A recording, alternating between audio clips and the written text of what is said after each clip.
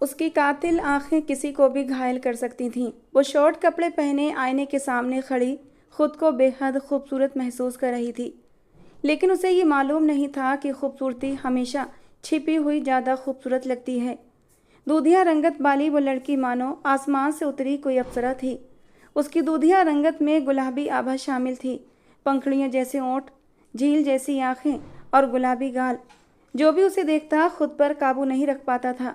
वो अपनी खूबसूरती से वाकिफ थी, इसलिए हमेशा घमंड में रहती। शायद यही उसकी सबसे बड़ी गलती थी। उसे मालूम नहीं था घमंड इंसान को हमेशा मिट्टी में मिला देता है। उसने अपनी एक आईब्रो उठाकर अपना पूरा जायजा लिया और इतना कर खुद से बोली, कुछ भी हो जाए ये फिल्म तो मैं हासिल करके ही रहूँगी, चाहे इसके लिए मुझे कुछ भी करना पड़े। उसकी आंखों में बदले की आग जल रही थी, जिसमें वो खुद भी जलने वाली थी, पर उसे इसका एहसास नहीं था। आज वो एक पार्टी में जाने वाली थी। उसे पता था ये पार्टी कैसी होगी, इसीलिए उसने इतने बेखुदा कपड़े चुने थे। उसके परिवार में इसे गलत समझा जाता था, पर वो अपनी मर्जी की मालिक थी। आज तक उसने कभी किसी को इतनी अहमियत नहीं दी थी कि कोई उसके मामले में दखल दे सके। अभी उसे खुद का जायजा लेते हुए कुछ ही देर हुई थी कि अचानक उसके कमरे का दरवाज़ा खुला। उसकी माँ जैसी दादी, जो हमेशा उस पर अपनी ममता लुटाती थी और सबके सामने उसे प्राथमिकता देती थी। हाँ, उनका एक पोता भी था जो उन पर जान छिड़कता था, लेकिन फिर भी वो उसे सबसे ऊपर रखती थी। पर उन्हें नहीं पता था कि उनकी पोती उन्हें किस दोराहे पर लाकर खड़ा करने वाली है। जैसे ही वो कमरे में दाखिल हुई, उन्होंने बेख्तियार अपने मुंह पर हाथ रख लिया।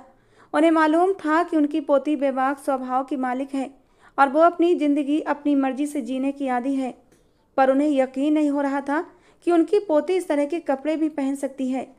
वो हैरान होकर बोली, माँ, मेरी जान, ये तुम क्या कर रही हो? क्यों मेरी जान लेने पर तुली हो?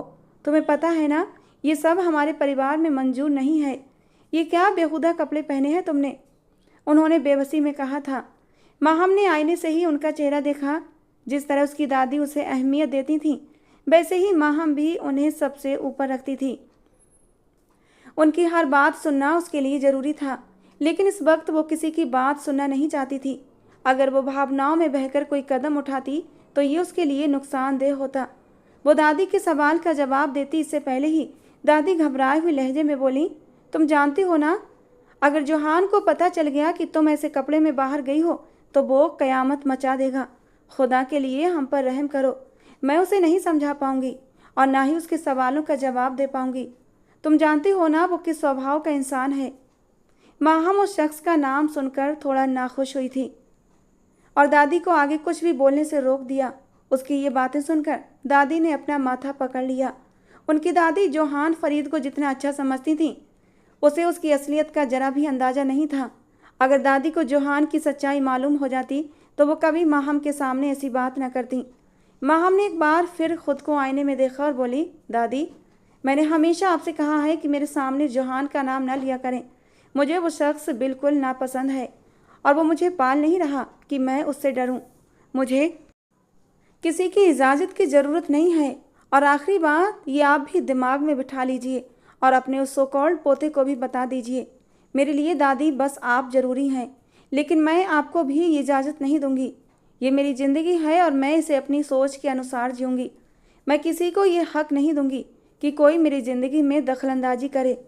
मैं माहम हूँ और मैं अपनी ज़िंदगी अपनी मर्ज़ी के मुताबिक जीने की आदी हूँ। मेरा जो दिल चाहेगा मैं वही पहनूंगी, जिससे दिल चाहेगा उससे मिलूंगी और जिस वक्त मुझे अच्छा लगेगा मैं बाहर घूमने भी जाऊंगी और कोई मुझे रोक नहीं सकता। आज तो आपने मुझे टोक दिया, आइंदा के बाद ख्याल रखिएगा। अब मैं पुरानी माहम नहीं हूँ जो लोगों की बातों में आकर अपना भविष्य ख़राब कर दूँ। मैं आज की माहम हूँ, दुनिया की आंखों में आंखें डालकर उन्हें बताने का हुनर रखती हूँ कि मैं कितनी काबिल हूँ। लेकिन वो ये भूल चुकी थी कि शरीर को नंगा करने वाले अल्लाह के नज़दीक अच्छे इंसान नहीं होते, क्योंकि कुरान ने औरतों को पर्दा करने का हुक्म दिया है। उसकी दादी उसके इतने बदतमीज लहजे पर चुप हो गई थी। उसकी बदतमीजी पर उनकी आंखों में नमी चमकने लगी थी। वो हमेशा से माहम पर हक जताती थी और सबके सामने कहती कि मेरी माहम मेरे लिए सबसे पहले है, उसके बाद ही मैं दूसरों को स्थान देती हूँ। लेकिन आज माहम ने उन्हें साफ शब्दों में बता दिया था कि वो अपनी ज़िंदगी अपनी मर्जी से जिएगी और किसी को भी अपनी ज़िंदगी का फैसला करने का अधिकार नहीं देगी। उन्होंने अपनी आंखों में आई नमी को अपनी हथेली से साफ किया और उसके लिए दुआ करने लगीं कि अल्लाह उसके नसीब को अच्छा करे और उसे जल्द ही हिदायत मिले। माहम रात के 10 बजे घर से बाहर निकल गई थी और उसकी दादी बहुत परेशान थी, मगर माहम को किसी की परवाह नहीं थी और होना भी नहीं था, क्योंकि जो कुछ उसके साथ बचपन में हुआ था वो अब और जल्दी नहीं हो सकती थी। पोर्च में पहुंचकर एक पल के लिए उसे अपनी दादी के साथ की गई गलती पर अफसोस हुआ। यही एकमात्र औरत थी जो उससे बेइंतहा मोहब्बत करती थी, लेकिन उसने अपना सिर झटक दिया क्योंकि उसे लगने लगा था कि दादी जोहान को सबसे ज़्यादा अहमियत देती हैं और यही चीज़ उसके दिल में नफ़रत का बीज बो रही थी। उसने मुड़कर खिड़की की ओर देखा तो देखा वहाँ दादी खड़ी उसे जाता हुआ देख रही थी। उसने सिर झुका लिया। वो समझ नहीं पा रही थी कि वो जो कर रही है वो सही है या गलत। उसने अल्लाह का नाम लिया और कार का दरवाज़ा खोलकर अंदर बैठ गई। एक गहरी सांस लेकर उसने कार स्टार्ट की और तेज़ी से चलाने लगी। वो खुद ड्राइव करके उस पार्टी में गई थी। उसका मुकाम तक पहुंचने के लिए उसने बहुत मेहनत की थी, लेकिन वो नहीं जानती थी कि जिस छाँव के पीछे वो भाग रही है वहाँ सिर्फ जिल्लत की धूप है। जैसे ही वो पार्टी में दाखिल हुई, सबने उसका अच्छे से स्वागत किया था।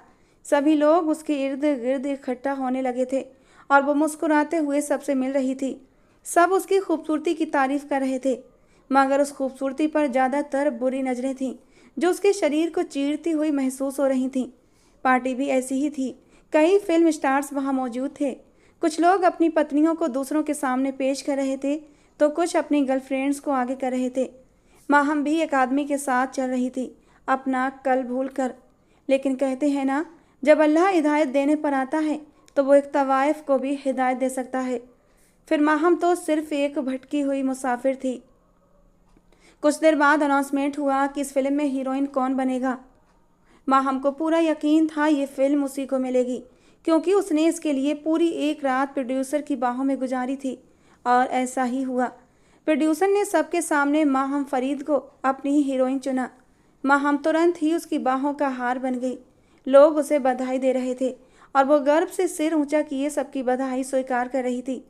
वो पूरी तरह से अपने अतीत को भुलाकर गुमराही के रास्ते पर आगे बढ़ रही थी।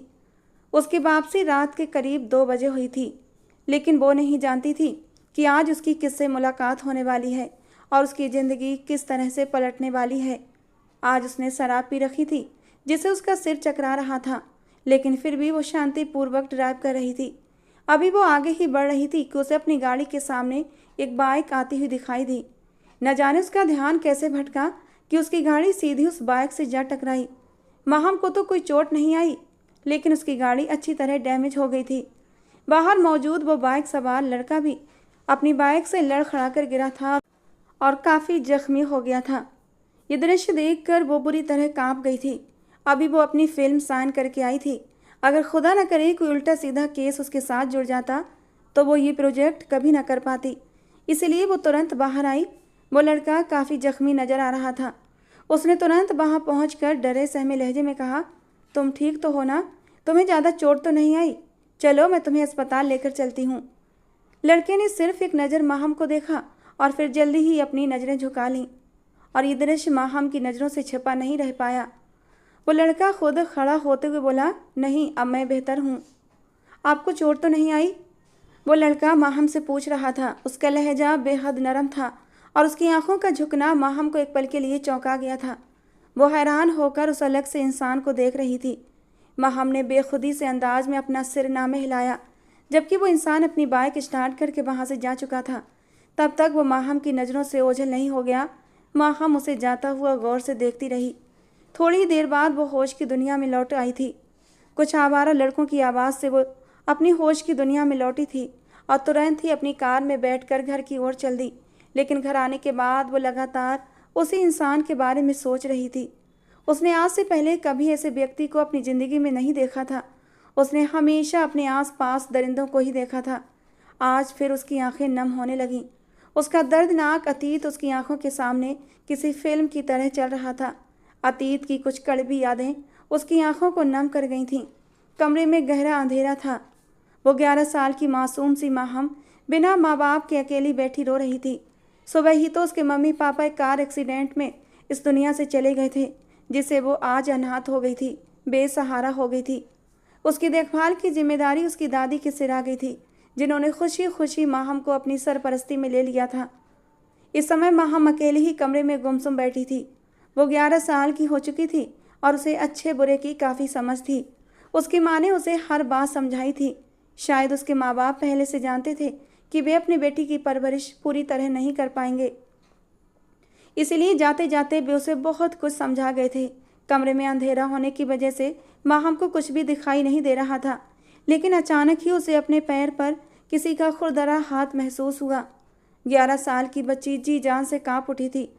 वो केवल 11 बरस की थी, लेकिन वो उस गंदे स्पर्श को पहचान गई थी कि यह हाथ उसके लिए अच्छे नहीं हैं। वो झटपटाकर उस दरिंदे से दूर जाने की कोशिश करने लगी, लेकिन उस इंसान ने उसे और भी कसकर पकड़ लिया और अपनी हैवानियत को अंजाम देने लगा। वो मासूम सी बच्ची जोर जोर से चिल्ला रही थी, अपनी जान की भीख मांग रही थी, लेकिन किसी ने भी उसकी पुकार नहीं सुनी। उस इंसान ने उस मासूम बच्ची को कुचल कर रख दिया था।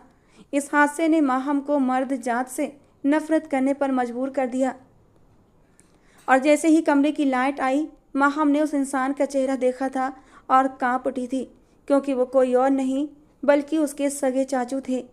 वो रात माहम फरीद के लिए कयामत की रात थी, जिसके बाद से माहम को खुद से ही नफरत हो गई थी।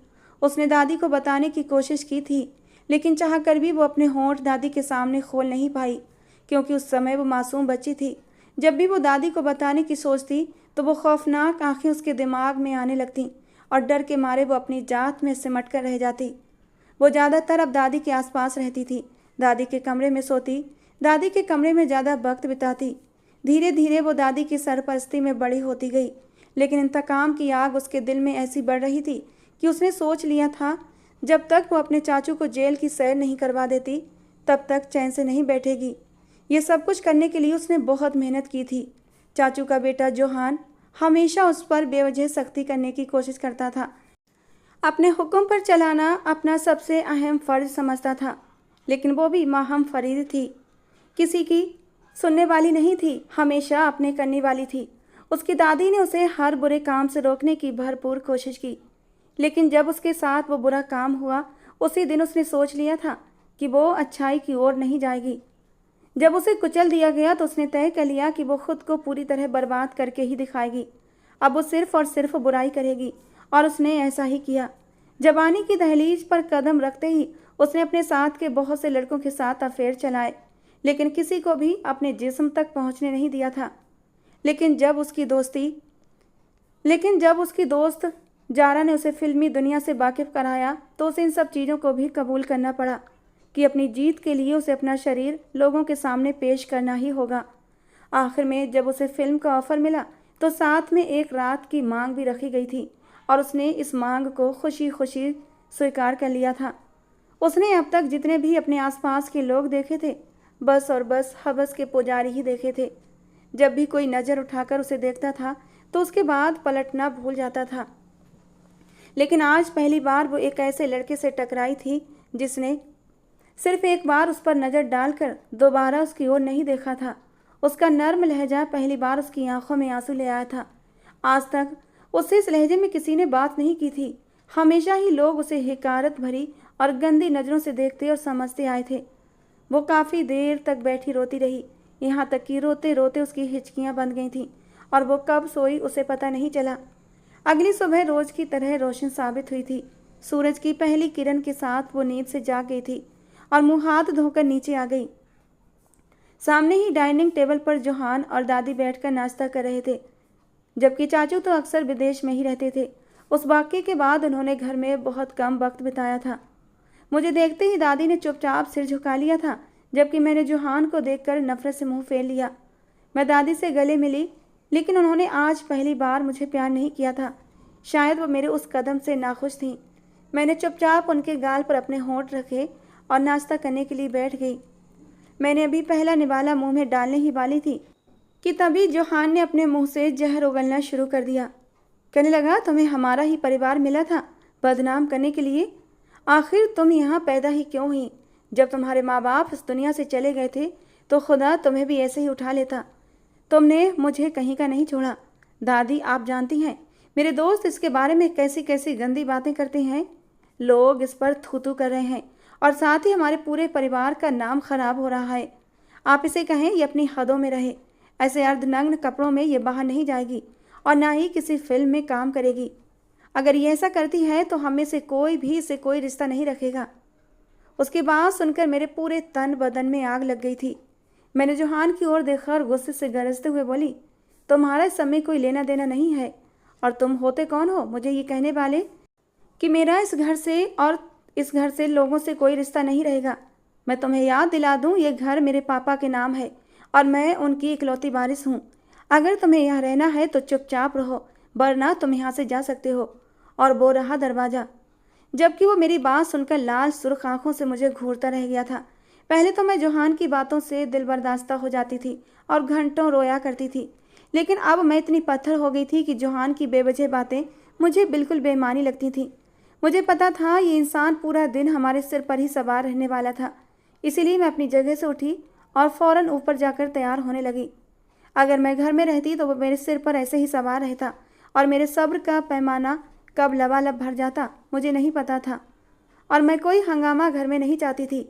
वैसे भी मेरी दादी मुझसे खफा थी, जिसकी वजह से मैं बहुत परेशान थी। मैंने खुद को एक अच्छे से लिबास में ढाला और घर से बाहर निकल गई। पीछे से मैंने दादी से सिर्फ इतना ही कहा था कि मैं जारा के घर जा रही हूँ, जबकि दादी ने मेरा लिबास देखकर एक ही बात कही थी कि वहाँ उस इलाके में ये लिबास मुनासिब नहीं लगेगा। लेकिन मैंने उनकी कोई परवाह नहीं की थी। मेरे बचपन की एक ही दोस्त थी जारा, जो हमारी नौकरानी की बेटी थी और मेरे लिए बहुत अहमियत रखती थी। वे लोग शहर के अंदरूनी इलाके में रहते थे और आज मैं उसी से मिलने के लिए जा रही थी। कई बार मेरी उससे फ़ोन पर भी बात हुई थी, लेकिन हम दोनों आमने सामने मिल नहीं पाए थे। मेरे पास वक्त ही नहीं होता था और वो हमारे घर नहीं आ सकती थी। इन्हीं वजह से हम दोनों एक दूसरे से अलग अलग थे। लेकिन आज मैंने सोच लिया था जब वक्त और मौका दोनों हैं तो क्यों ना उससे मुलाकात कर ली जाए। यही सोचकर मैंने अपनी गाड़ी शहर के अंदरूनी हिस्से की ओर मोड़ दी। लेकिन मैं नहीं जानती थी आज एक बार फिर मैं किससे मिलने वाली हूँ। जैसे ही मैं जारा के घर में दाखिल हुई, सामने वही रात वाला लड़का बैठा हुआ कुरान शरीफ की तिलावत कर रहा था। उसने सफ़ेद कुर्ता और पायजामा पहना हुआ था, जबकि सिर पर टोपी लगाई हुई थी। उस इंसान का रंग दूध से भी ज़्यादा सफ़ेद था। वो 6 फीट से भी लंबा और चौड़ी कदकाठी का मालिक था। मैंने उसे दिन की पूरी रोशनी में देखा और उसे देखकर मैं दंग रह गई थी कि कोई इंसान इतना हसीन भी हो सकता है। जबकि किसी की मौजूदगी का एहसास होते ही उसने अपना सिर उठाकर मेरी तरफ देखा था और मुझे वहाँ देखकर उसने चुपचाप अपनी नज़रें झुका ली थीं। उसकी आंखों में मेरे लिए न कोई बुराई थी न कोई तंज था। न जाने क्यों ये लड़का मुझे अपने दिल के बहुत करीब महसूस होता था। मैंने सिर झटकते हुए जारा को आवाज़ दी और अंदर से जारा फ़ौरन सिर पर दुपट्टा ओढ़े हुए बाहर आई थी। सामने मुझे खड़ा देखकर उसने बहुत खुशी का इजहार किया और मेरे गले से लग गई। मैंने भी उसे खुशी खुशी अपने गले से लगा लिया। वो मुझे अपने घर देखकर बहुत खुश हुई और फ़ौरन ही अपने भाई से मेरा इंट्रोडक्शन कराने लगी। उस लड़के का नाम एहसन था और इत्तेफाक से वो हमारी नौकरानी का बड़ा बेटा था, जिसकी खूबसूरती देखकर मैं हैरान रह गई थी। उसने अपनी नज़रें कुरान पर ही टिकाए रखीं और हल्का सा सिर को हरकत देकर मुझे सलाम किया था। उसका भाई अपनी मसरूफियत में बिजी था। कुछ देर तक मैं वहाँ खड़ी रही, फिर जारा मुझे अंदर ले गई, लेकिन मेरा दिल तो जैसे बाहर ही रह गया था। मुझे अपने अंजाम का कोई अंदाज़ा नहीं था कि मैं किस अंधे कुएं में छलांग लगा रही हूँ। मैंने जारा के साथ काफ़ी वक्त बिताया और जारा की ज़्यादातर बातों में उसके भाई का ही जिक्र था। उसका कहना था कि एहसन एक बहुत अच्छा और मेहनती इंसान है। उसने खुद को बनाने में बहुत मेहनत की है और अब वो एक बहुत ही अच्छी कंपनी में नौकरी कर रहा है। उसकी माँ उसके लिए लड़की ढूंढ रही है और जल्दी ही उसकी शादी भी करवा देंगी। मैंने उस कंपनी के बारे में सारी जानकारी हासिल कर ली थी। अब मैं एहसन से सीधा मिलना चाहती थी, क्योंकि मैं अपने दिल की हालत बखूबी समझ रही थी कि अब मैं एहसन के बिना नहीं रह सकती और शायद यही मेरा असल है जिसे मैं तलाश कर रही थी। लेकिन मैं नहीं जानती थी कि मेरे साथ आगे क्या होने वाला है। अगले दिन मैं जारा के बताए पते पर पहुंच गई थी। वहां जाते ही मुझे एक हकीकत का पता चला कि ये कंपनी मेरे एक प्यारे दोस्त की है। मुझे फ़ौरन ही ख़ास तवज्जो दी गई और बॉस के केबिन में बिठा दिया गया। मेरा दोस्त वहाँ देखकर मुझे बहुत हैरान लगा था। कहने लगा, तुम्हें यहाँ किस काम से आना पड़ा? जब मैंने एहसन का नाम लिया तो वो चौंक गया और हंसते हुए कहने लगा, अरे वो धार्मिक लड़का, यार तुम उसके टाइप की नहीं हो। लेकिन मैंने उसे चुप रहने का इशारा कर दिया। उसने इंटरकॉम का बटन दबाकर एहसन को बुलाया। एहसन मुझे एक बार फिर सामने देखकर चुपचाप नजरें झुका चुका था। मैंने अपने दोस्त से कमरे से बाहर जाने के लिए कहा, जबकि एहसन बॉस का हुक्म मानते हुए वहीं खड़ा रहा। मैं अपनी जगह से उठकर उसके सामने कुर्सी पर बैठने को कहने लगी। वो भी चुपचाप अपनी जगह बैठ गया। मुझे समझ नहीं आ रहा था कि मैं अपनी बात कहाँ से शुरू करूँ, लेकिन किसी ने तो बात करनी ही थी। और आज मैंने अपनी खुददारी को एक तरफ रखकर एहसन से अपने दिल की सारी बातें कह दी। और मेरी बातें सुनकर उसके चेहरे पर परेशानी आ गई थी।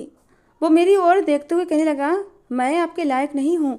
मेरा और आपका रिश्ता सिर्फ मालिक और नौकर का हो सकता है, लेकिन महबूब और महबूबा का नहीं। और मैं अपने लिए आप जैसी लड़की के बारे में सोच भी नहीं सकता।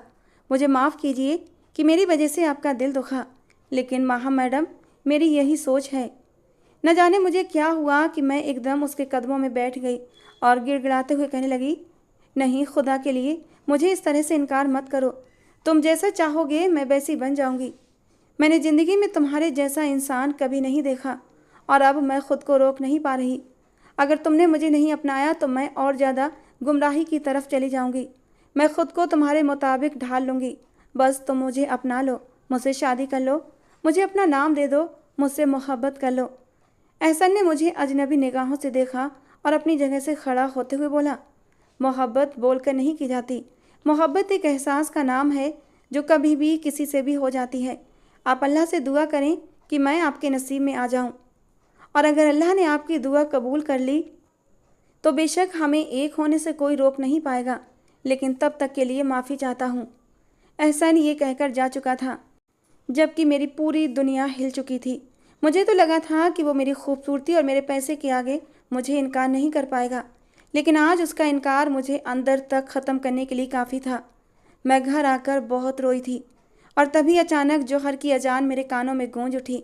न जाने मुझे क्यों ऐसा महसूस हुआ जैसे मेरा अल्लाह मुझे पुकार रहा हो और कह रहा हो, बस छोड़ दे ये गुमराही का रास्ता और वापस लौट आ। तुझे तेरा महबूब भी मिल जाएगा और तेरा मालिक भी। न जाने मुझे क्या हुआ कि मैंने एक शलवार कुर्ता निकाला और ख़ुद को रगड़ रगड़ कर धोया और उसके बाद अल्लाह ताला के सामने अपनी फरियाद लेकर खड़ी हो गई। वो तो 70 माओं से भी ज़्यादा प्यार करने वाला रब है, तो वो मेरी अर्जी कैसे कबूल ना करेगा। लेकिन हर चीज़ में वक्त लगता है और इसमें भी वक्त लगना ही था।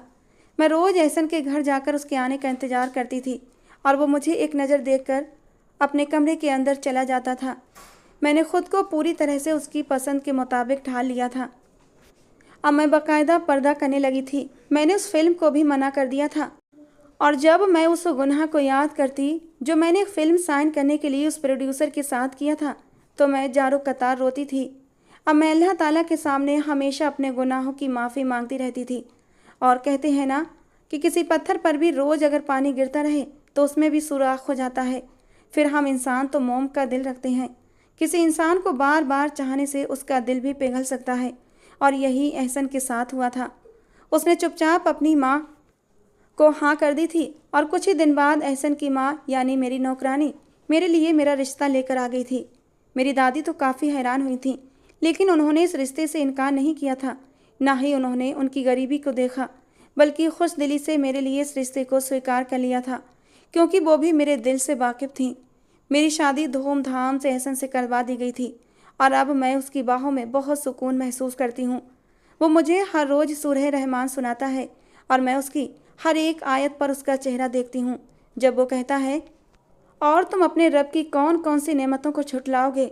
और बेशक मेरे लिए एहसन किसी नेमत से कम नहीं था। मुझे मेरा असल मिल गया था और मैंने अपने चाचा को उनके हाल पर छोड़ दिया था, क्योंकि मुझे पता था मेरा रब सबसे बेहतर इंसाफ करने वाला है। दोस्तों, आज की हमारी ये कहानी आपको कैसी लगी ज़रूर बताना। पसंद आई हो तो प्लीज़ लाइक करना। रोज़ एक नई कहानी सुनने के लिए हमारे चैनल को भी सब्सक्राइब करना। मिलते हैं दोस्तों अगली किसी नई कहानी के साथ।